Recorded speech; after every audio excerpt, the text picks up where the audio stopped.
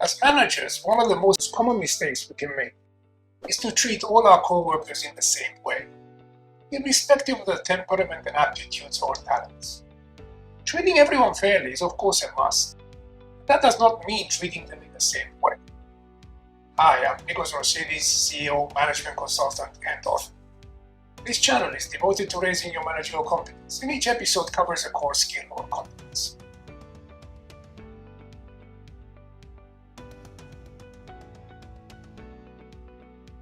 After managing people for a while, we come to realize that we need to carefully calibrate our behavior and adjust it according to a person's character traits as well as strengths, to get the best out of them. This skill is essential to virtually all aspects of management, especially recruitment and selection, job design, team building, and performance management. The fact is that what works for one person may not for another. This is rooted in both our biology, nature, as well as our circumstances and upbringing, nurture. There's a vigorous debate in academia about the relative influence of each, and I'll perhaps devote a separate episode to just that topic. For now though, let's just agree that who we are is driven by our genetic inheritance, how we are pre-wired, as well as our upbringing and life experiences, which in combination shape who we are. In the workplace, as in life more generally, there are stars, socialites, diplomats, and mavericks. There are also cynics, gossipers, manipulators, and bullies. There's no shortage of metaphors when we discuss personality. There's a memorable scene in Breaking Bad, a well-known TV series, where the protagonist Walter uses a fascinating music metaphor to explain to perplexed Gale why he thinks their joint venture will not work. You said you liked the configuration. And I do. Look, you're a fine chemist, really, with a promising future. It's just that we just have different rhythms, Gail. You see, it's as if I'm classical, but you are more jazz. Jazz. Yes. And God knows there is nothing wrong with jazz. It's simply that I require classical. Exactly. But let's define what we mean by the term personality in the context of management. To me, it describes the both tendencies in our behavior that are largely unchanged through time and roles. Understanding this includes what motivates us, what makes each of us tick, and it helps define the relationships we form. Meeting new people, making friends, getting married, raising children, building teams, and mentoring others. What we refer to as the chemistry between people is rather elusive and hardly reducible to a prescriptive formula. Those of you familiar with the popular sitcom Big Bang Theory may recall the episode where Sheldon, the Caltech theoretical physicist, tries to reduce the act of making friends to a simple-to-follow algorithm with hilarious consequences.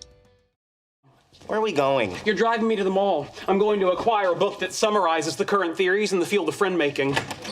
In time. I believe I've isolated the algorithm for making friends. I've distilled its essence into a simple flowchart that will guide me through the process. Kripke? Yeah, Sheldon Cooper here. It occurred to me that you hadn't returned any of my calls because I hadn't offered any concrete suggestions for pursuing our friendship. Yet perhaps the two of us might share a meal together. Yeah, I see. Well, then perhaps you'd have time for a hot beverage. Popular choices include tea, coffee, cocoa. I see. No, wait, don't hang up yet. But what about a recreational activity? I bet we share some common interests. You tell me an interest of yours. Really? Well, striking a friendship requires considerable social skill and an understanding of a person's character.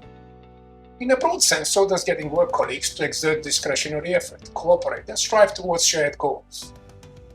So you need to take time to know the people you work with and understand their temperament as well as life circumstances. Try to weed out that which is temporary, like a personal or family crisis, from that which is more enduring. Don't make assumptions before you take the time to explore the likely causes of their behavior. Some behaviors may first appear innate, but could be the result of temporary circumstances. Illness, divorce, financial difficulties, or their kid being bullied at school. Such setbacks may cause extreme stress and lead people to behave in ways that aren't normal for them. This is when they need your understanding and support. So you must first understand each person's character traits, so as to adjust your own approach accordingly. There are various personality classifications out there, but one I've used over the years is called Big Five. Easily recalled through the mnemonic OCEAN. It scores an individual on a continuum of high to low on the degree to which they exhibit a particular trait. Openness, conscientiousness, extroversion, agreeableness, neuroticism. The last one, neuroticism, is sometimes also referred to as emotional stability. Using Big Bang Theory's cast of characters to illustrate my point, we have Sheldon and Leonard, who are introverted, highly intelligent, but socially clumsy. In contrast with Penny, who is very sociable, friendly, and streetwise, but somewhat dim-witted. New neighbor? Evidently. Significant improvement over the old neighbor. Oh, hi. Hi. Hi. Hi. Hi. Hi. We don't mean to interrupt. We live across the hall. Oh, that's nice. Oh, we live together, but in separate heterosexual bedrooms. Oh, okay, well, guess I'm your new neighbor, Penny. Oh, Leonard, Sheldon. Hi. Hi. Hi. Hi. Hi. Well, welcome to the building. Oh, thank you. Maybe we can have coffee sometime. Oh, great. Great. Great. Great. Well, bye. Bye. Bye. Bye. Also, those at the agreeable end of the spectrum tend to be cooperative, accommodating, easy to get along with. They avoid confrontation, are typically optimistic. They are team players. As for the emotional stability trait, neuroticism, those at the negative end tend to be anxious, moody. They tend to stick to rigid routines. They're prone to making biased and unsound assumptions about other people's motives, sometimes even exhibiting borderline paranoia. Even things like this happen for the best. Where do they teach you to talk like this? In some Panama City sailor want a hump bar? Sell crazy someplace else. We're all stocked up here. Of course, human beings are complex and may not exactly fall into one category. They typically exhibit a combination of traits to varying degrees. They may be compelled to act out of character in situations that are very important to them. Cambridge University Professor Little talks about three lenses through which we can view personality, adding a third dimension to the nature versus nurture dichotomy. For Dr. Little, the first layer of personality is the biogenic, or what your genes dispose you to, in other words, nature.